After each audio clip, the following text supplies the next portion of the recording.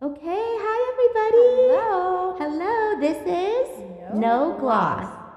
Okay, we are into part two. We are picking up right where we left off. Just a quick Yes. little recap. It is around 3 and 4 a.m. The entire family is sleeping in the waiting room. Whitney was at a 10. Ryan still has a hole in his sock. Yes, he does. One shoe off, one shoe on. Ready to go as needed.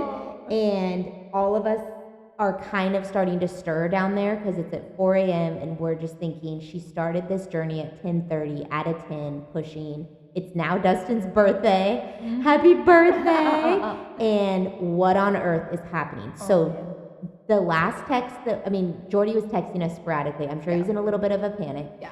By about 4, so baby was coming, and just explain what happened from there. Yeah. So We are jumping right in. Right. We're just picking right up. Yeah. So, anyways, baby's going, and out and in, out and in, out and in. And that's when the doctor came in, and he just explained like we can do a few things here. We can do. Sorry, that's Reggie. Hi, Reg. No gloss. So we can do a few things. We can do forceps, or we can do the vacuum. And I was like, oh my goodness. I mean, I've just pushed for hours, and I'm like, I don't want to do either of those, but I will do whatever it takes to have a healthy baby. So I was like, yeah. Now, I went into this definitely, like I said, this is my job. So we have vaginal deliveries turn into C-sections constantly. It's very normal for us. When, the other party or the mother that I'm caring for, she'll deem it, I had an emergency section, and to us, we're like, this is just another day, but normal. So like I had told myself, if it comes to a C-section, it does. It would suck, but it is what it is. I'm having a healthy baby, and I don't care. I will go through whatever I need to go through to have her. So anyways, Aww. I was like, it was kind of funny. I was thinking like, wow, if I had a C-section, I would literally get to experience everything the mothers go through, because I told myself, I really want to feel what they feel. Well, we felt all of it, right? And so if I were to have the C-section, like the Jesus of L&D nurses. like I have done that. Yep, no, I have done that. Okay. No disrespect to Jesus. Oh my gosh. Anyways, so then in my mind, I'm like, okay, I don't want to do forceps. That's terrifying. I've seen this done, and it can be done very well, and it's very successful, but also it can be done poorly. And, there's a scare for every outcome. Totally, there is a, the fear side of it, which I choose to not have, but it's just there. And it happens. It happens. And there is that fear side of me of like, what if, And so anyways, I was trying to decide. My doctor asked me, what do you think about this? Because he knows I'm, a nurse, L&D, and he is like, what do you think? And I'm like, oh, I just want a healthy baby, And like I said, C-sections are kind of, I would say, more rough on the mom, better for the baby. Mm-hmm. And a vaginal is, a little better for the mom and a little harder on the baby. So I'm like, either one, just get the healthy baby. Right. Anyways, with all that said, we came to this decision maker, the decision point, and I was like, what in the world? Jordy is so supportive, he knows that I, kind of know each side. Know what you're doing. Yeah, so he's like, I trust you, like, whatever you think. And I didn't think my doctor had known at the time that I was okay to have a C-section if it came to it. Yeah. I think he really thought I didn't want it. And so I had to explain. I was like, you know what? Take me back. Like, take me back to the OR. Right. If we need to do this, we need to do this. Well, at that moment, baby's heart really dropped, and it wasn't coming back up. And I was like, nope, I'm not messing around with this. Yeah. I am not. No. So we got in my hands and knees position. I had oxygen on, and I was trying to explain to Jordy to update the family and tell them, but I was also trying, so worried about the baby. And I told them, I'm great with a C-section. Let's do it. Guys, you will not believe this, but within 12 minutes, we had our baby. In the OR. That was the fastest C-section I think I've ever seen, but they rolled us back into the OR, and within 12 minutes, we had a baby. So it was crazy, and going through that was wild, because it was such a quick decision because her heart was down. And so I was like, oh my goodness, okay, yeah, no, we're doing it. Right. And, you know, let's go. And the team was incredible. And our night nurse, we had switched to our night nurse, and she was absolutely a dream as well, and just helped me so much. Shout out Harley. You are insane. Let's go, Harley. For real. But she labored with me for so long, and then, you know, switched so quickly to that C-section.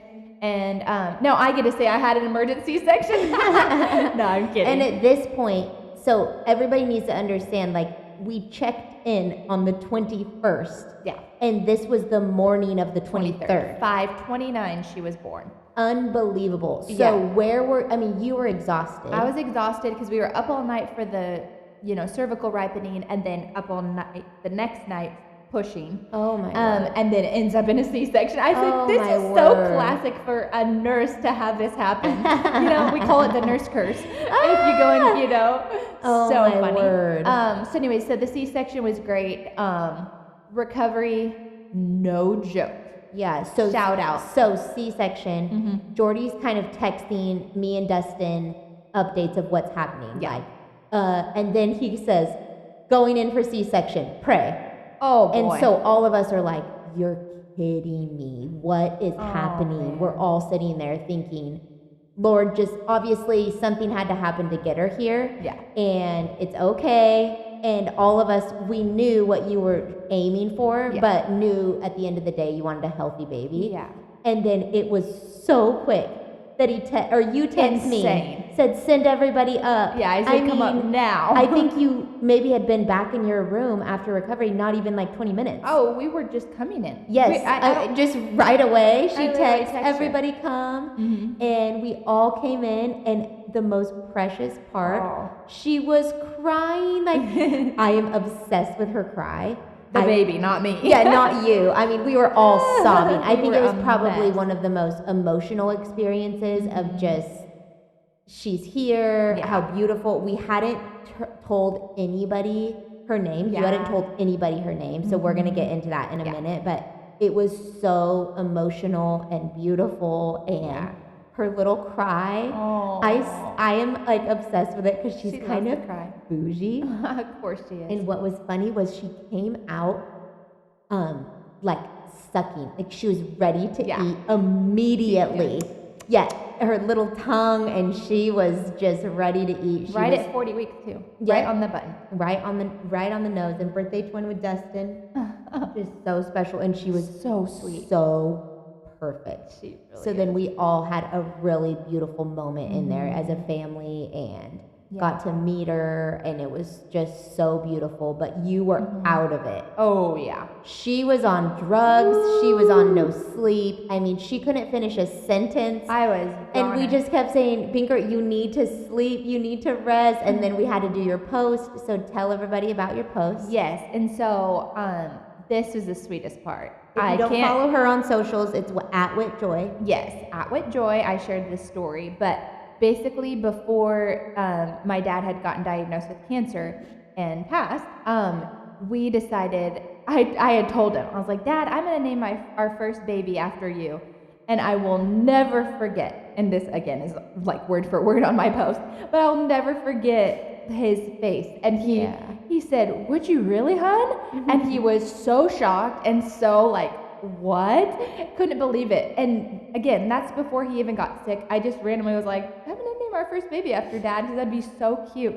Well, not knowing he would have gotten cancer, and which is so crazy, which solidified the name even more. Right. But we decided to name her Billie Gene. His name was Billie Gene. And Billie Gene, which is the cutest. So it's the male's like spelling, Gene. Which is so sweet, Gene, so cute, and then so Billy special. with the IE. But it meant the world to us, and I was so excited to share. Some of the family knew, but I got to share that with them, and it was just really special. And I didn't tell Brent. Case didn't tell Brent, so he came to visit her before we posted. Goodness. No. And he goes, so what name did we land on? Stop. Oh my word, I am terrible. Oh my goodness, that's hilarious. But so Billie, Billie Jean, and she gets to carry on the legacy of Dad. It's heartbreaking that he can't meet her, but Yeah. it is what it is. Yeah. Anyways, So that's move on. a really difficult part of the journey, obviously, is having Billy and knowing that Dad isn't here to meet her.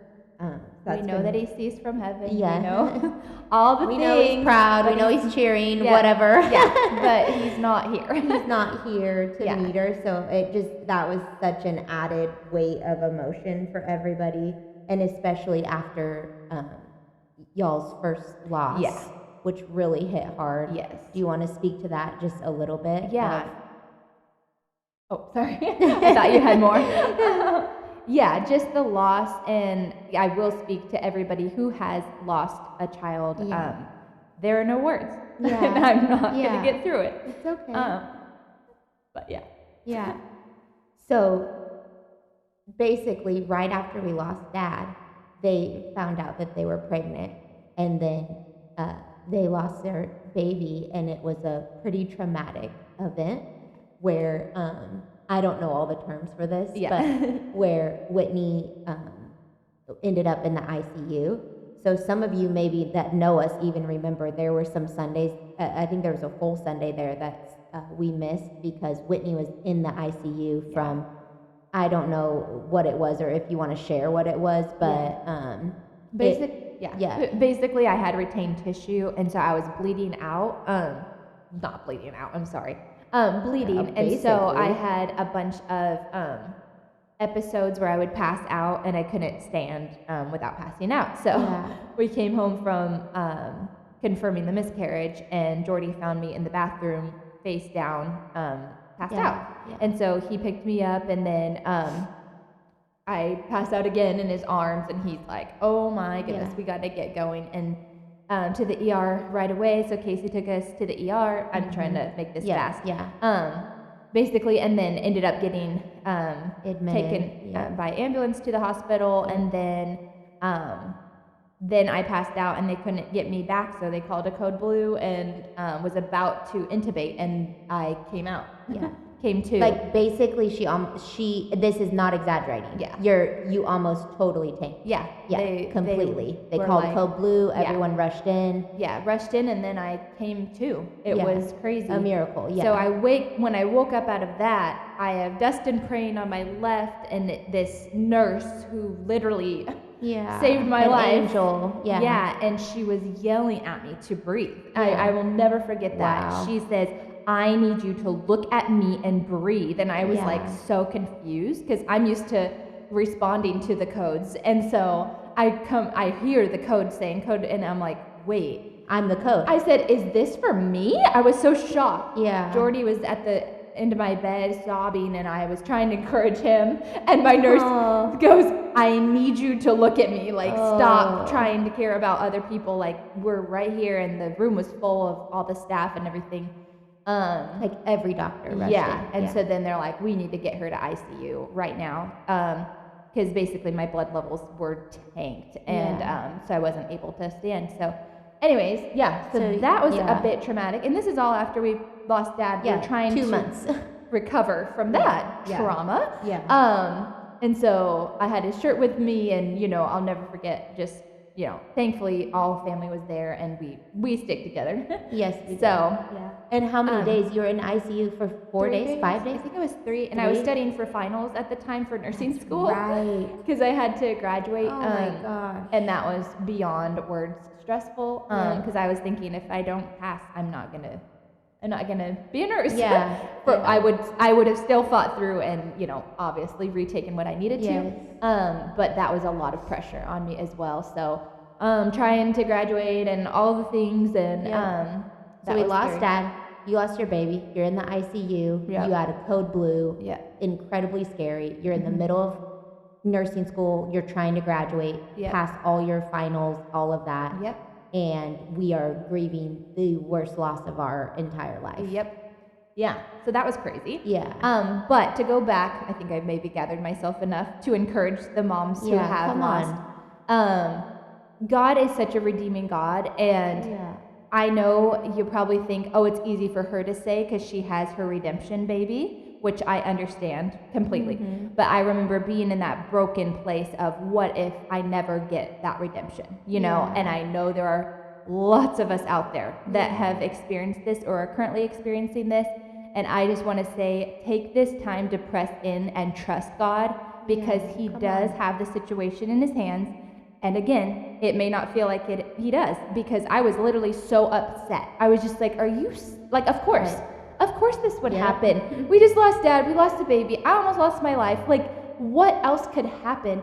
And I remember switching my mindset to know, like, God can turn this around, and He will. And me and Jordy just decided to let go of all control. We're like, you know what? God knows He has this. It sucks bad, but at least we have God to cling on to and not push away. Because a lot of times we can blame God for what we're experiencing or blame Him. Why would you let this happen? And God says, just you wait. You know, He's going to blow you away. So, yeah. Yeah. And you guys did that like so beautifully, just giving it back to God every day and pushing through the fear, pushing through the pain. And also then when you found out you were pregnant with Billie, that was so exciting, but probably matched with the same exact amount of fear and worry of what if, and what if something's going to go wrong. And you had to continually bring that before the Lord. And what is like Dustin's message of everything in our hands, when we hold on to it, we are in charge. When we give it to God, we let Him be in charge and in control. The hardest part, surrender and sacrifice. But you guys did that so well and so beautifully. And we literally got pregnant with Billie the first try after all of that. And I want to say this. We weren't trying. I want to say this to all the people that are maybe trying or in your mindset you're trying, but try to let go, because we said, you know what? We want to trust God's timing. We are not going to force I know this. It's TMI, but we're not forcing this. We're not doing any type of, you know, preventatory measures. Or schedule. We have to do it this. We have to do this. We have to eat like this. I have to change all of this, which is not, we're not dissing on any of that. No. You just said this is we're what giving we chose. it everything to God. Absolutely. And we said, just let it go. And we trusted. And I said, God's timing is perfect. We're going to pray and believe for whatever He has in store.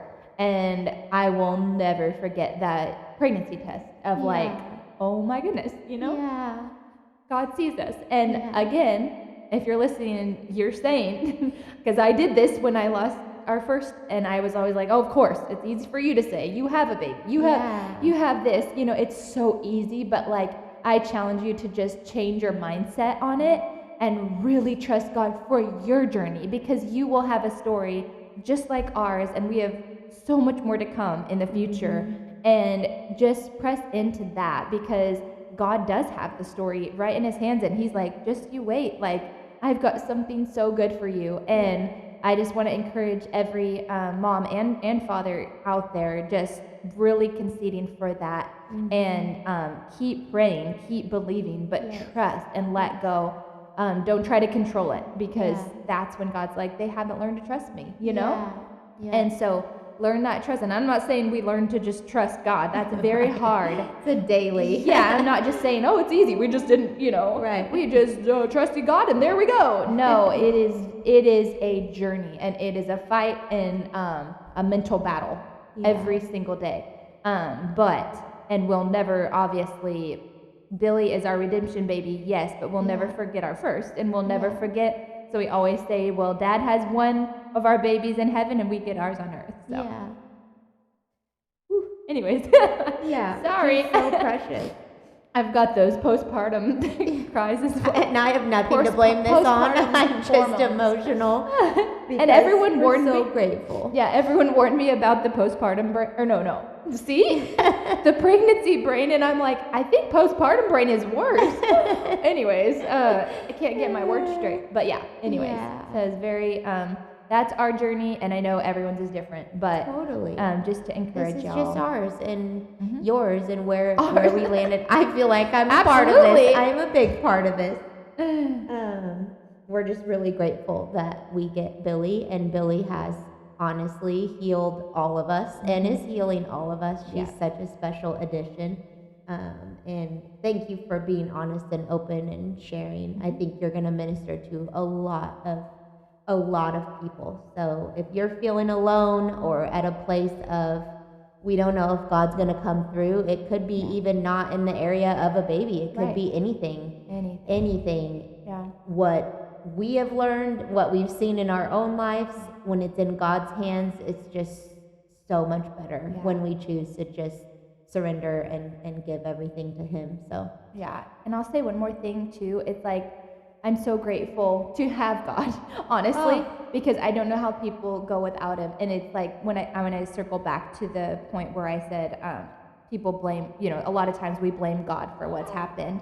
yeah, There's little Billie right there. She's with Auntie Casey. A lot of people blame God for letting it happen, which I understand that mindset, but also why push away the one thing that's going to help you heal? Because He is the only one that's going to help you heal. Yeah. And yes, bad things happen in life, but we get the ultimate comforter who can help and come alongside us. So that's my biggest encouragement, is to press in more than ever before, because that He's the only thing that's going to help. He really is. This is so sucky if you experience loss. It is so beyond words. Yeah. I just can't even put it into words, honestly, how painful it is. And my heart breaks for everyone who has lost a child, because there are no words to explain at all. But God is right there, and He wants to comfort you, so take advantage of that. Yeah, absolutely. And if you ever want to talk to me, I'm very open, as you've heard in our podcast, and I do want to help. There's not really much to help this, but it is nice to be heard and validated, and to have somebody to relate with you. So, yeah, absolutely. So you can definitely reach out. You can message us, send a DM, or in the comments, or anything. We would love to be there for you, especially Binker, to help anybody walk through a difficult, painful journey. Yes. So I will say one more thing too. Sorry, I'm adding on a lot. I'm so sorry. I love it. We are here for it. No gloss. But a lot of times too, it is so, like when it happened, I didn't want to talk about it to anyone, and I do understand that. But there is a time that it does heal enough to kind of talk about. But I was self-preserving at the time, because I didn't want to be asked about it, because I knew I would break down, and I would not be able to. So I understand if that's you, if that kind of strikes with you, that you're like, okay, that's exactly what I'm doing right now. I get it, and I understand, and that is totally okay, because this is your journey. And you tell who you need to tell, but also if you don't want to talk about it, that is totally okay. And a lot of people are like, what is going on, da, da, da, da. And you just have to, one day it may come out, but you have every right to heal the way you need to heal. Yeah, for sure. And bring people in when you're okay and ready. Yes. Yeah. Exactly. Wow. Well, that was amazing. Let me go grab my Kleenex box. Yeah. Let me guess. One more thing. No, I'm done. Okay, so thank you everybody for listening. Feel free to reach out, leave a comment, or message in the DMs if you have any questions. For now, we love y'all, and this is No Gloss.